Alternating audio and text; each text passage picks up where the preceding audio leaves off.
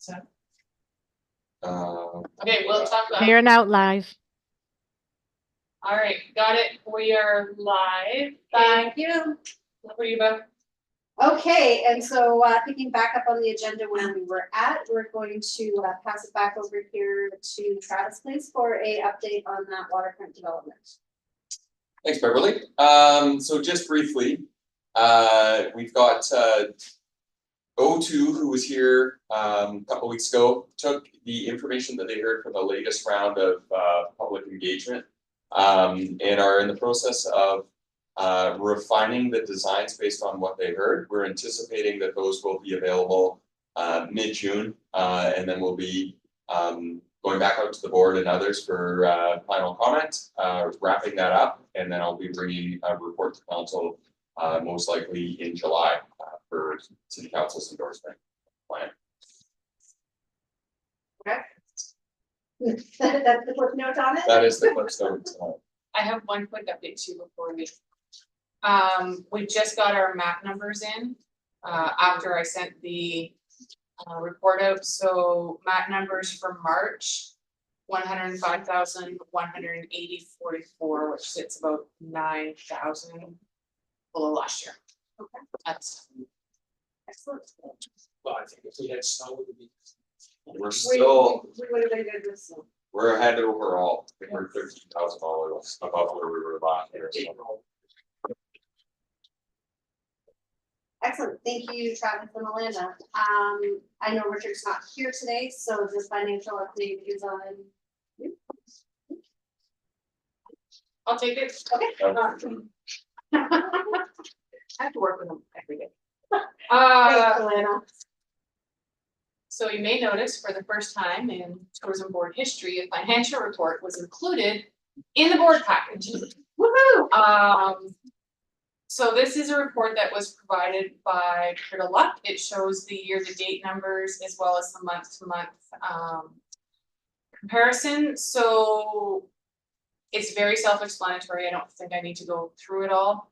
For the board, we're tracking on pace. Everything is falling within budget. What this report doesn't show, and I have my own report that I'm tracking, and for next month, what we would like to include is the commitments that the board has made so that you can see the committed dollars. And then of interest, the under the expenses, the numbers that you see in these columns are the numbers once the GST calculation and everything has been done. So these are the true numbers, which is why you'll see they don't necessarily line up with the revenue numbers on the top of what's in the bank account. Because of what's in the bank account for expenses that comes out, those are just the total numbers. And then our bookkeeper goes through and does the calculations, takes the GST and HST and portions that out. So these are the true numbers that actually hit our books. Okay. Everything is falling right now in line. I have a spreadsheet that we're tracking, and I'll put it maybe next month. I'll try and get it on this one from Frida Luck, but that shows the approved budgets and where that lines up with these cost categories. But right now, everything is flowing smoothly. Frida Luck it's taken 6 months, but we're at a point now where we're starting to really kind of get our books right where we need them to be so that we can do the reporting that we need to do. We knew it was going to be a work in progress. Okay, thank you for that, Alana. We have some TDS on the docket next, so we've got 4 of them.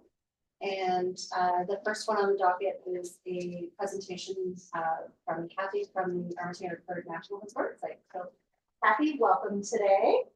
Thank you. And Sarah, you want to go ahead and bring the Can you stand? Yeah, whatever works for you. I'm used to standing. You can go up front too if that's easier for you. Depends where they need me on the The camera. Tara, for Kathy, where's best for the camera? Can you hear her from back here? Tara, can you hear me?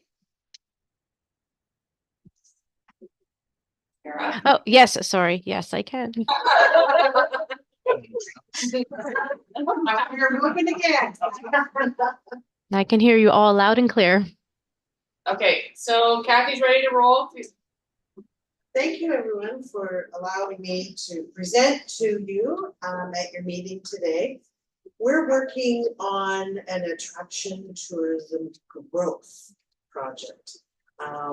And just, I have, we can go to the next slide. Did you get all of these in your package? Okay, so wonderful. So if you don't know or haven't been to the Ermitinger Bird National Historic Site, we are National Historic Site because Mr. Ermitinger and the War of 1812 made the site and his house a National Historic Site, and Mr. Clerk, the man, which we have his house relocated there. So that's why we're a National Historic Site. We provide visitors to Sault Ste. Marie an opportunity to experience history of the development of Sault Ste. Marie through these two gentlemen and their relationship to the development of Sault Ste. Marie. We preserve, of course, and present artifacts and events related to those stories. The Ermitinger Old Stone House is our number one artifact. It's been in its spot for well over 200 years. But the city didn't purchase it until 1965. It was totally restored and now in 1970 opened as a museum. The Clerk Blockhouse we relocated and brought to the site from the machine shop area.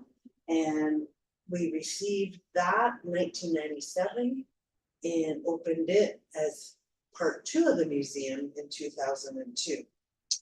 Then we opened our Heritage Discovery Center, which is in that photo. And it is sort of our visitor center and gift shop, and we have exhibit space. And that opened in 2015 on the end of the bicentennial of the War of 1812. So a few of us, I think Kevin was even on the committee. We've been through I tell everyone, we've been through the war. It's longer. It was the longest war.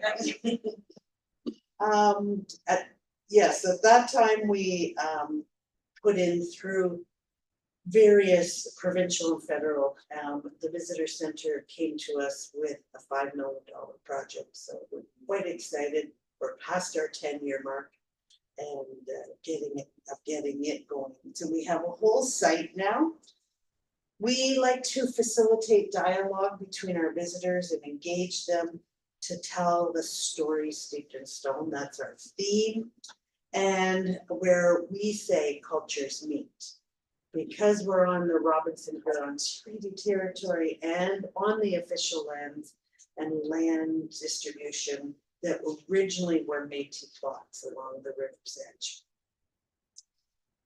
We work with partners like Tourism Sault Ste. Marie to draw visitors, bus tours, cruise ships, group tours, and general tours to Sault Ste. Marie. And last year, we were not quite up to 2019 stats, but we did reach over 30,000 people visiting our site. And as you'll see in my slides, we take great pride in keeping those stats for Tourism Sault Ste. Marie and other groups. Last year, coming out of the pandemic, we realized we had, like everyone, had to turn to digital. And so we completed a digital strategy. And the number one things and recommendations are the reason why we're in this tourism growth project. So next slide, Tara, please. So our visitor stat, this is so you know where our visitors are coming from. Exactly 6,762 tourists and visitors. And the smaller pie, 2,285 are local school tours. And then the rest is our events. And that at our events, we try to market those and work with our partners like tourism to entice people to come to the events as well. So it's a mixture. That biggest piece of the pie is a mixture of tourists plus local visitors. Next slide, please. So we have, a connection as not because we're just in a museum and we tell the history, but we are an attraction at one of the anchor attractions at the east end of Bay Street.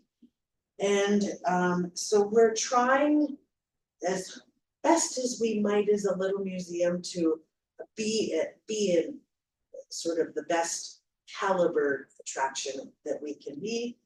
We're working on an application currently with FedNor. They have a tourism growth program right now, and so this is all out of our digital strategy. We're looking to take on and create our own website. We have not ever done that, and so it's really hard to find us. We rely on Tourism Sault Ste. Marie and their website and whatever they can do to help us. But we're hidden away in the city of Sault Ste. Marie. So to get to tourists, or when people are planning their trips to Sault Ste. Marie, they can't find us. That's one of the big ones. The other is now to look at some artificial sort of augmented reality to put into our exhibits, because it's a whole new world out there and a museum is sort of stagnant, and so we would like to really engage our visitors.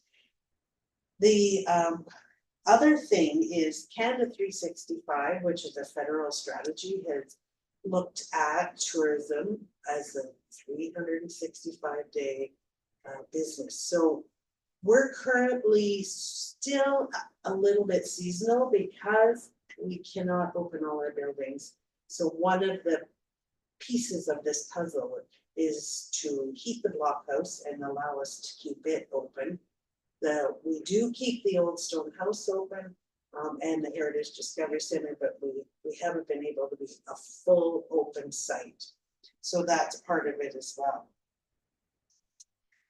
We did the math for you on our visitation, and with 20,000 visitors that come as we think are tourists, at the calculation of the 2 nights accommodation and $150, it's a $6 million direct visitor spending that our little end of Bay Street brings to Sault Ste. Marie.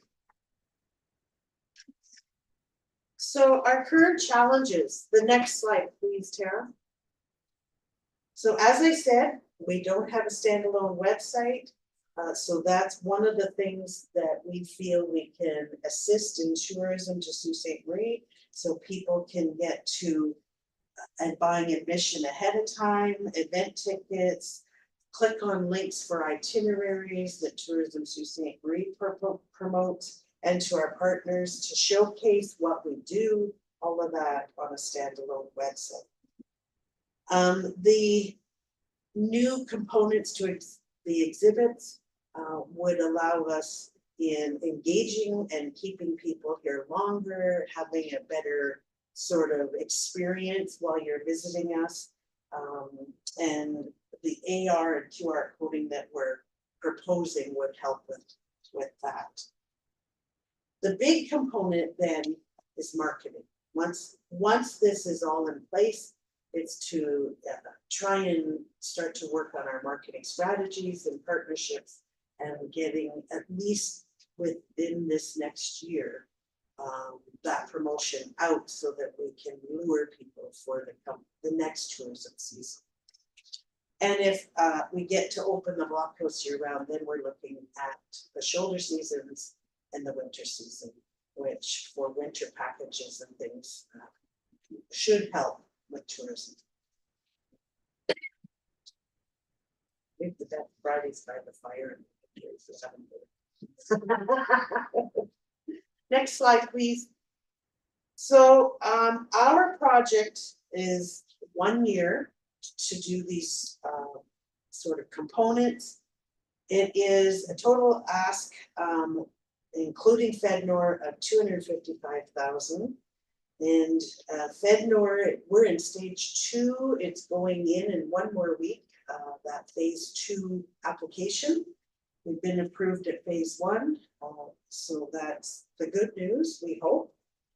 And it really is to enhance our tourism product at the site, enhance the visitor experiences, and an overall impact, we hope, for Sault Ste. Marie.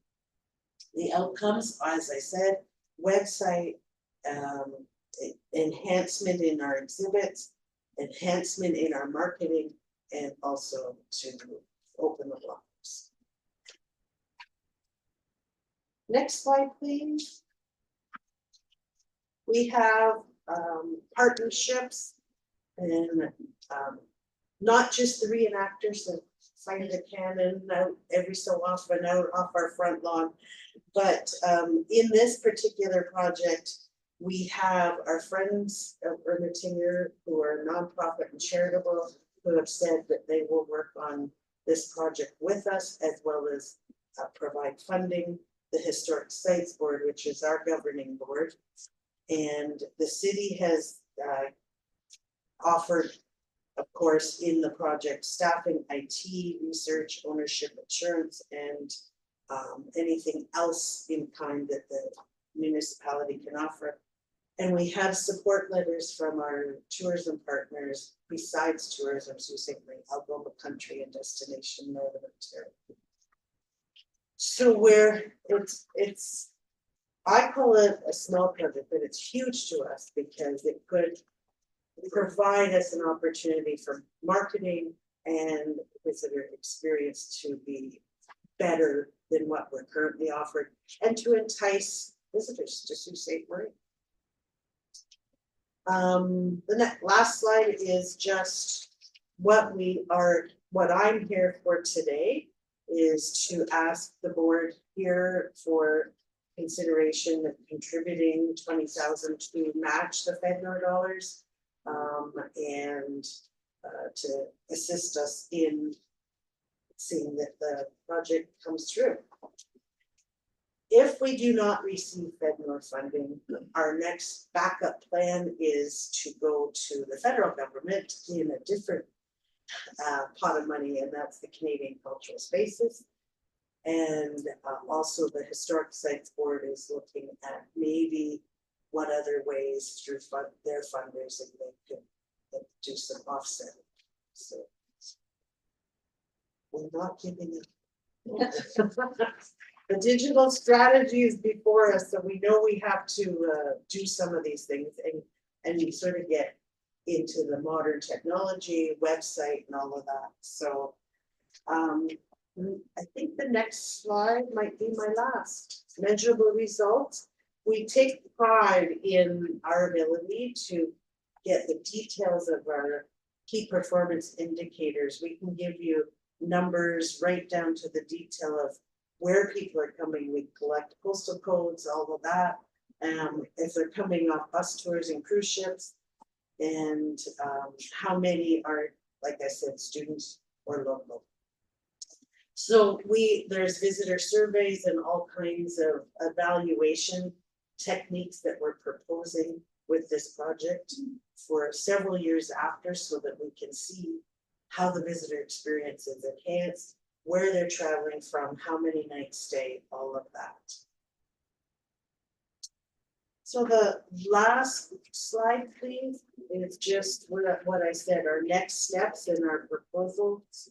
If we're at the phase 2 application is going to FedNor this week, and then when and if we hear from them, we move into tender documents because we'd really like to be ready for market ready for next year. So is there any questions? Well, thank you, Kathy, for joining us today and for presenting. Questions for Kathy?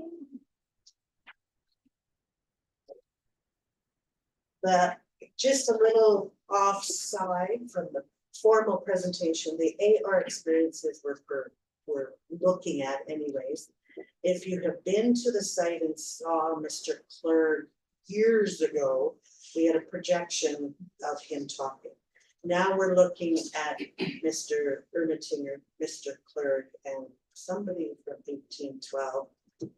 We're thinking Chief Shinlock. Will actually be on your phone or an iPad and will guide you through the process. So it's kind of cool. Excellent. I have a question, Kathy.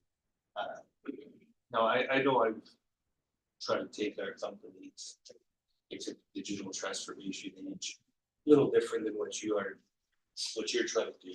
But I know that, a lot of times it's the cost, like the upfront costs of, you know, the equipment, the subscriptions, the software, the training and all that kind of stuff, right?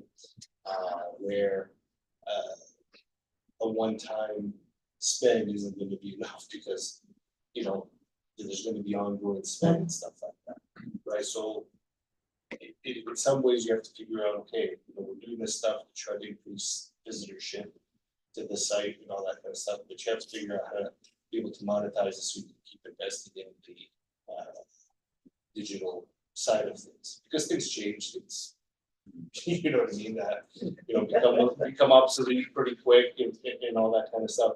So I guess beyond this piece, and I know you're focused on the short term, and I know you guys are thinking by budgets and stuff, but how do you see, like, how can you, what's the plan to kind of say, okay, like, we can do this so we can continue investing in improving the product, right? 'Cause that's the idea. Yeah, so we're currently working on, the Historic Sites Board is our governing body, so they're working on constantly asset management and keeping things up to date. And the current, so right now we're at the 10-year mark. We found with the blog posts, after 10 years, Mr. Clark didn't work anymore and the technology ran out. Even in the theater, at the Heritage Discovery Center, we're running into all those same problems. So there is an actual plan that the Historic Sites Board does to continue to maintain or change those technologies. So the softwares and all of those are now going to be within their responsibility and budget for continuation. They'll have to pay for a website to be up, maintained and all of that. So those are then become their responsibility and mine. So it is either asset management or it will be part of the ongoing operations to keep those things continued and what the projected shelf life is. And in the RFPs that'll go out for these AR and QR coding and those kinds of things is what the shelf life is, how we're going to maintain them, and then look at changes down the road. So I'm not sure if I answered your question. Well, sort of, right? Because I know, for example, I know my own experience trying to go through this and stuff like that, right? You have to be able to, in order to keep the funding going, right? Because you gotta go to your funders to say, hey, look, you know, we need to keep investing in this, we need to keep doing this. This is how we've grown our viewership, our visitorship and all that kind of stuff. So you have to figure out, okay, well, how can I go through this process and how can I monetize things along the way so that I can say, okay, we've invested $200,000 and some thousand dollars that you're talking about. You know, this is how it's affected our visitorship.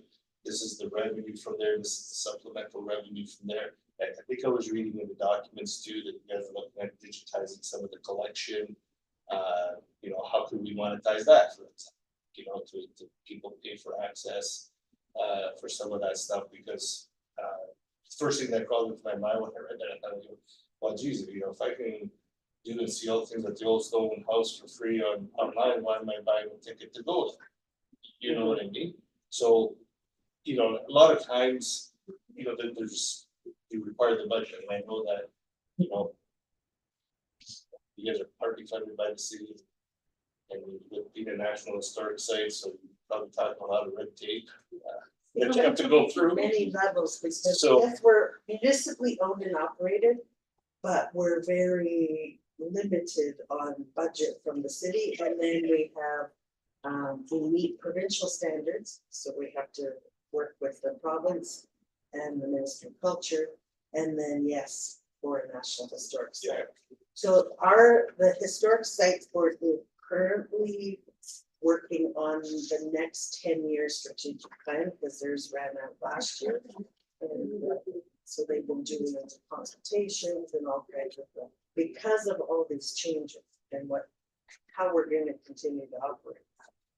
But I guess that's part of what I'm trying to ask, is I'm not sure if we've been successful at it, is to say like, what, like, how do we keep it going, right? Cause it's a great thing, don't get me wrong, I do see what you guys are trying to do, stuff like that, but knowing that sometimes you're restricted by budget. Mhm. Is what's our plans to keep finding the budget to continue making those investments so that we're not, going through a 10-year period and having to start over and do it every 10, you know what I mean? To show, say, hey, we could do this on a your basis. It is part of the commitment that is currently in the Historic Sites Board for ongoing. As with everything, after 10 years, there'll be better technology, or maybe we're going back to the old way, I don't know. Happens in every business. I know, And like, so, there's capital investment yeah. that has to go in and refurbish So- every 10 years, so let's keep it going for 10 years. and that's the good. thing, and where that capital comes from is, it's in full mix, so taking funding from all levels. And it's always a constant grant, and that's, I think, half my job right now. And I think the important thing to note is, at least in the next foreseeable future, you'll have operational plans to maintain this once it's in. Yes. So. Yeah, that commitment has been made. I'm just wondering, one of the things I'm doing at Sioux College is looking at the truth and reconciliation report. And we're finding ways to incorporate Indigenous teachings within our curriculum. And I'm wondering if, I see room for partnerships there. Is there been any talk that way? Mhm. You haven't partners that. We work with Garden River Bachelorette and the Métis Nation of Ontario. We're working on possibly a new exhibit that they will together create in our space. And then if you haven't been, we're trying to offer this to the public so you can come. Our Rhodes Scholar Bus Tour is totally created, that is a full partnership. So it's right now only offered to Rhodes Scholar Bus Tours. That is a tourism product and itinerary where they come to us and they receive Indigenous entertainment and storytelling. We have Peter White and Joel Surratt, that the stories they sing and talk about are their original. Joel talks about being a direct descendant from Chief Shinlock, and he talks even about the residential schools, talks about the land on which we're at, and the Robinson Huron Treaty. So we do all of that in that particular program. But that's not the only program we incorporate that into. But we just actually met with the MNO because they're going to be opening an exhibit at John Street in the old church there. Plus, we're partnering with them with the Métis canoe. What are they officially called? It's Métis Tours. Yeah, thank you.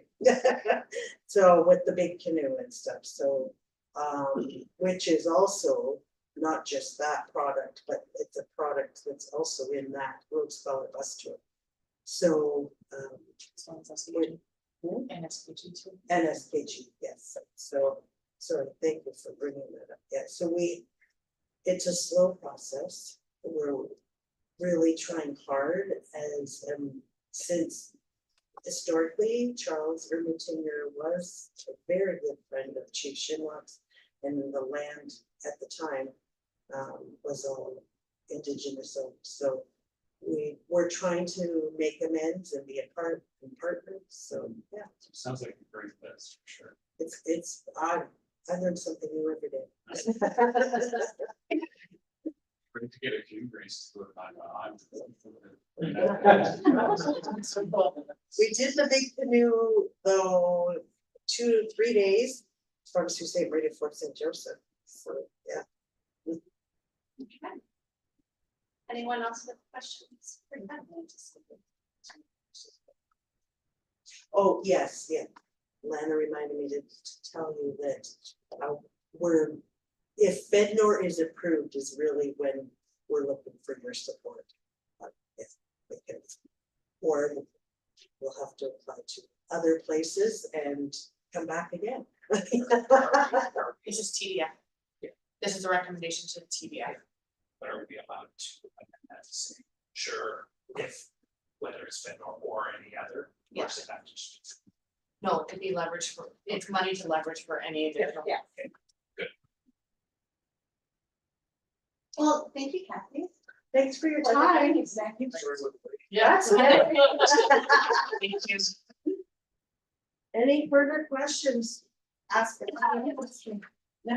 Yeah, so what will happen today is we will, the board will deliberate and then I'll reach out to you this afternoon with recommendation. Thank you very much.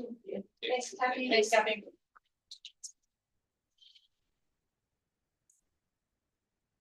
Okay, so before we move on to the others, do we have?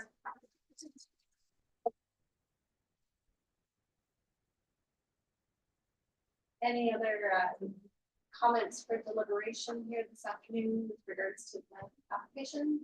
The only other thought that I would mention to Kathy that I had was, is there an opportunity to join some of the other cultural attractions to split the cost for digital transformation? Like, I don't know what other, the other cultural spaces are doing or not. I think To it improve, creates but- an awful lot of red tape to do that because this municipal.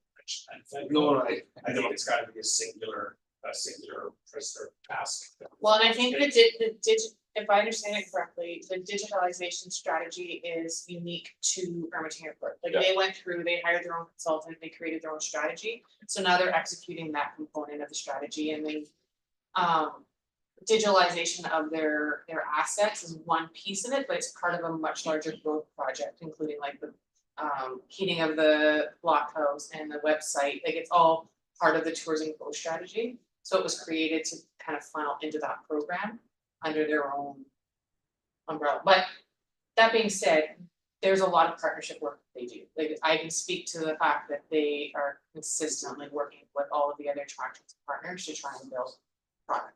Yeah. You're laughing at yourself. No, mind your own business.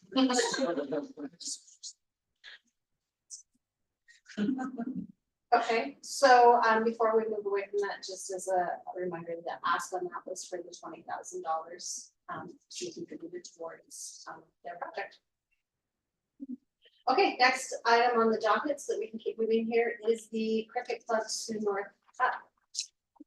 So That's you. I feel like we land in this position frequently, but in the interest of time, I'm gonna do really high level for these and more or less open it up for questions. I have to. Yes, so- Okay, yeah, we're gonna go, we'll start with, has everybody had a chance to review the application? Yes. Okay, so with that, the pieces that I'd like to share above and beyond what's in the application summary for the Cricket Club is this is a really great success story of how community outreach and how we've been able to build a relationship with a relatively fringe sport that wasn't in existence 10 years ago. We're seeing an influx of newcomers coming into the community and the sport has really started to take off. And they attended the first sports mixer that we did a year and a half ago. Absolutely unfamiliar with the process in the city, and we've been able to nurture this relationship. And they've come up with the Sioux North Cup as kind of the anchor championship tournament for the North in Sault Ste. Marie. So this is one of the tournaments on stop that they do within the Northern Circuit. They are really ground level in terms of trying to create sponsorship and grow their club, their grassroots. This money will go specifically to help with this tournament, which we hope will kind of anchor Sault Ste. Marie's role. The players in the club, our local team, have done very well. Like they've traveled across the north, competed in Thunder Bay, North Bay, and they're winning, and the momentum is good. And it would be a great opportunity to highlight Sault Ste. Marie and have our own tournament anchored here.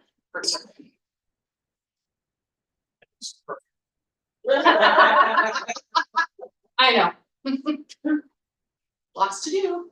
When they say anger, would they probably try anger like around the same time each year, like as far as the rotation of the season? We'll work. Yeah, well, of course.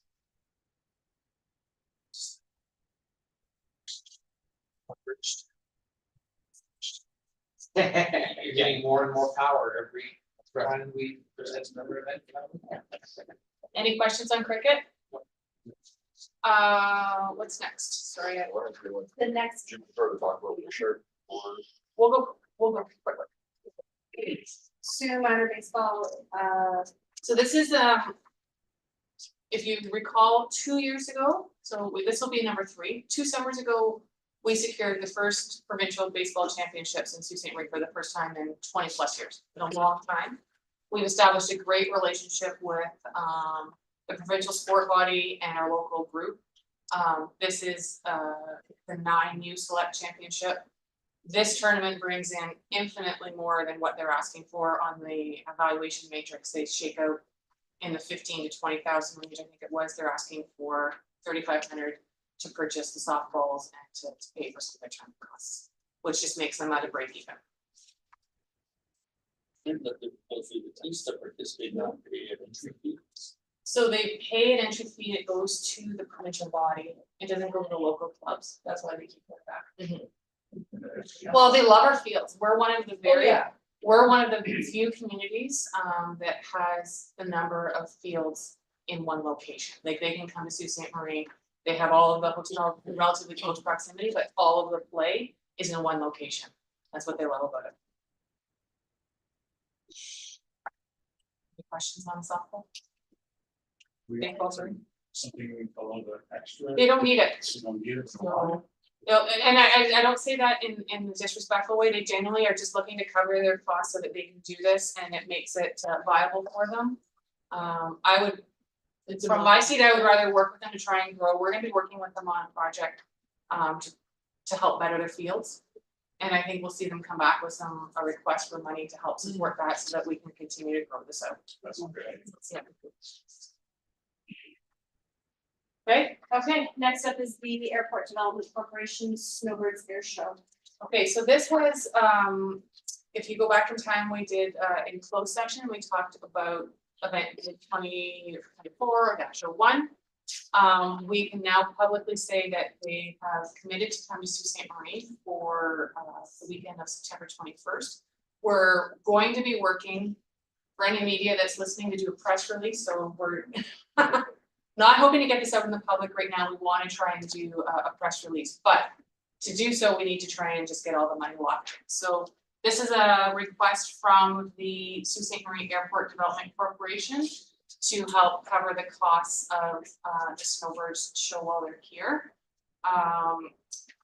Have to pay for their accommodations and their rental fees for their vehicles while they're here.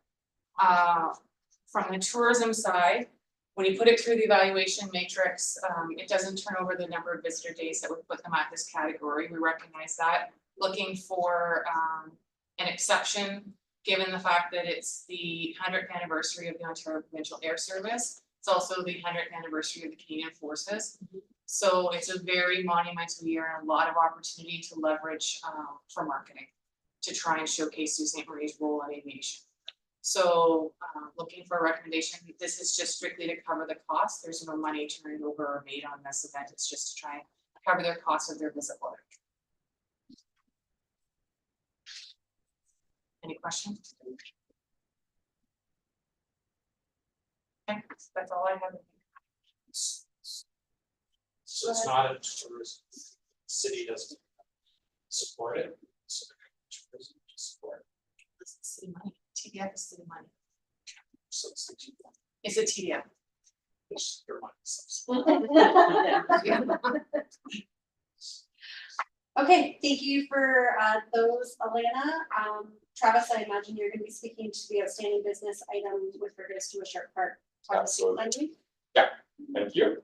So just a refresher, everybody's aware, took a little while to get through the process, but we were finally able to advance the Richard Bridge project. After a year and a bit of consultation. So we got to the point where we started getting working with our engineer WSP. We had gone out a couple months ago now and received preliminary pricing from bridge vendors based on actually the design specifications that we had. So we felt pretty comfortable with the pricing.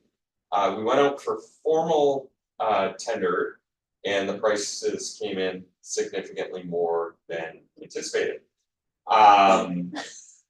Which was, I think, a surprise to all of us, given that it was within a couple of months, not It was a short time. it was a very short time frame. So we're now in the position where,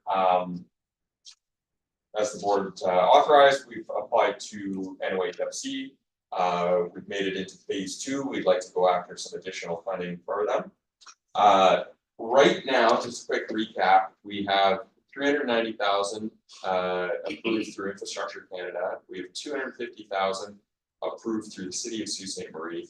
We have the Trans Canada Trail, which is we're approved for 60,000, and Tourism Sault Ste. Marie had passed a resolution in 2021 authorizing $40,000. We're currently seeking $400,000 from NOHSC. However, would like to request an additional 60 from Tourism Sault Ste. Marie. If we're able to get the 60 from Tourism Sault Ste. Marie plus the 40 that was already committed, that 100,000 would equate to 8% of the project cost. So for a relatively low percentage of investment, we feel that that should be sufficient to get us kind of over the fence and get this project wrapped up. We would proceed with submitting phase 2 application within the next couple of weeks. We would not know about funding until the fall, and the bridge, if we were successful, would be probably installed in 2025. But that's kind of where we're at right now. So what we are, I'll open it up to questions, but what we are seeking, I guess, is an additional $60,000 for Tourism Sault Ste. Marie, which will round this out with our grant application to NOHSC. And we will also need a second resolution, as we've done with all provincial grants, where they require a resolution from the board stating that the board would be responsible for any cost overruns on the project, which is standard and we've passed for previous grant. So First question, if the bridge doesn't get built in 25, is that construction cost locked in now, or is it gonna change again come 25? well, I think we would be in a position if as soon as we know that we're within range, we would order the bridge, and it'll be the material costs on the bridge, which is the steel costs are the biggest variables right now. Pricing.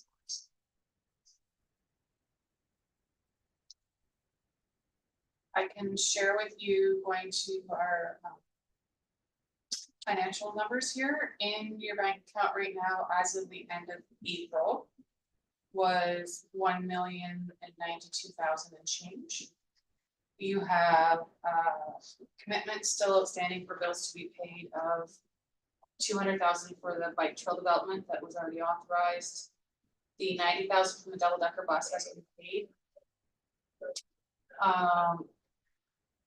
That's all I have. The conference bid for 65,000, we talked about that earlier, so that's been moved out. And event bid 2024-01 is going to be backed out and moved over to TDF if that recommendation goes today. And so this is just for clarification, general development. But this would be coming out of your general development. So we get some back and put it back out. Yes.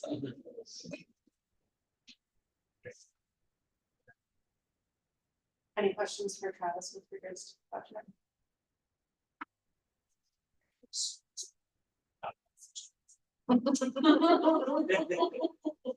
Does not have nightmares about it. Not like, hey, What's his name? Guy in a blue shirt with that, so it's just off. Know what that's the brand is? The band with no name. You know, there's one name. I'm gonna be looking called for the royalties race. now. she's selling. You just use like this. So, I'm not being- Okay, if there's nothing else, then we will go through the resolutions here.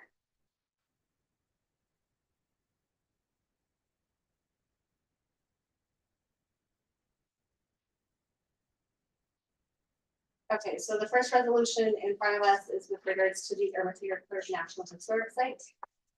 The resolution would read, be it resolved that Tourism Sault Ste. Marie Board of Directors recommend a contribution of $20,000 through the Tourism Development Fund Project Development Stream to support the Ermitanger Clerk National Historic Site Product Development Plan and a report to be submitted to City Council for consideration and approval. Do I have a mover? Yes. Kevin, and a seconder? Nick? Okay. I'll call for a vote on that one. And that motion carries. If for No, more I- balance, she's already question mark. It says, it wasn't.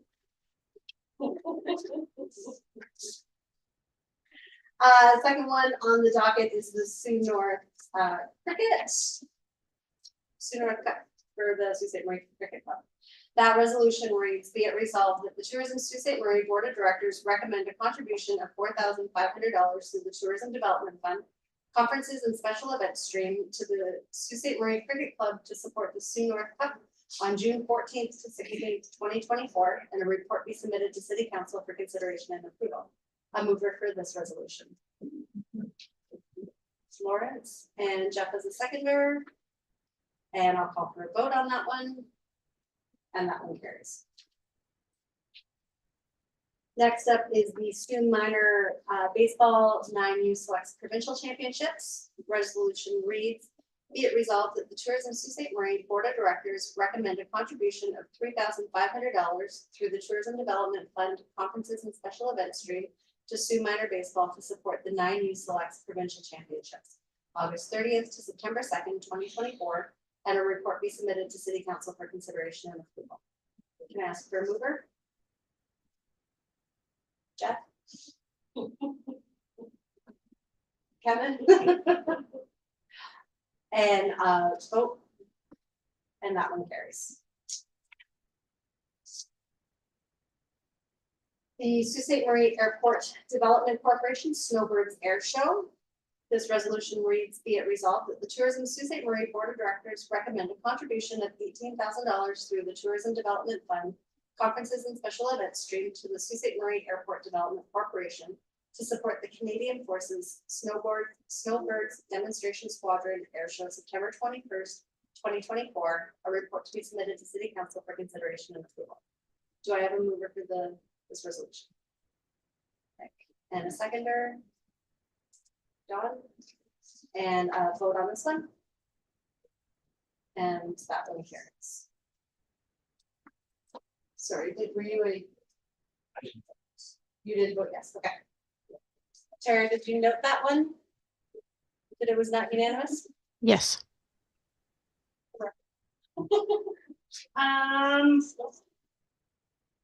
We're Next. going for politics and against what troops. No. Wasn't what it was.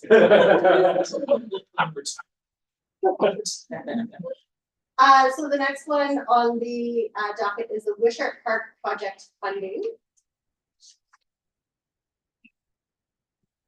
Be it resolved that the Tourism Sault Ste. Marie Board of Directors authorize $100,000 from the Tourism Sault Ste. Marie General Development Fund to support the additional costs related to the Hiawatha Highlands Connector and Wishart Park Enhancement Project. Do I have a mover for this one? Well, just a question for, do we have to have, are we combining this from the original resolution into one resolution? Is that what's happening? Because we already had 40? approved 40. You know what, it's probably easiest just to do a clean one for a total of 100. Or we could just, I don't know, I'm asking. Well, this one said 100, is it 60 or? Cause we already Yeah. have 40 approved. So is it an additional 100 or is it an additional? It's an additional 60. So an additional, I can amend that to it being an additional 60,000 for a total of $100,000. Yeah. Thanks, Kim. That's math brain on today. Working on some big bids. Okay, so an amendment to that resolution, it'll now read, be it resolved that the Tourism Sault Ste. Marie Board of Directors authorize an additional $60,000 in addition to the $40,000 previously approved for a total of $100,000 from the Tourism Sault Ste. Marie General Development Fund to support the additional costs related to the Hiawatha Highlands Connector and Wishart Park Enhancement Project. And a mover is Lawrence and a seconder, Jeff. And I'll call for a vote on that one. And that one carries. The final one here is the authorization for NOHFC funding Hiawatha Highlands Connector and Wishart Park Enhancement Project. Be it resolved that the Tourism Sault Ste. Marie Board of Directors authorizes an application to the Northern Ontario Heritage Fund Corporation Cultural Supports Program Community Event Stream for the project titled Hiawatha Highlands Connector and Wishart Park Enhancement Project.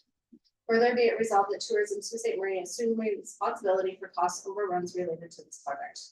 A mover for this one, Don, and a seconder, Jeff, and I'll call for a vote on this one. And that one carries. Okay, that covers everything that we had on the agenda today. Apologies for the slight delay that we have there. Our next meeting is going to be on June 18th. If I could call for a mover to and Kevin. And Melissa, the seconder. All right. Have a great day, guys. I think the next final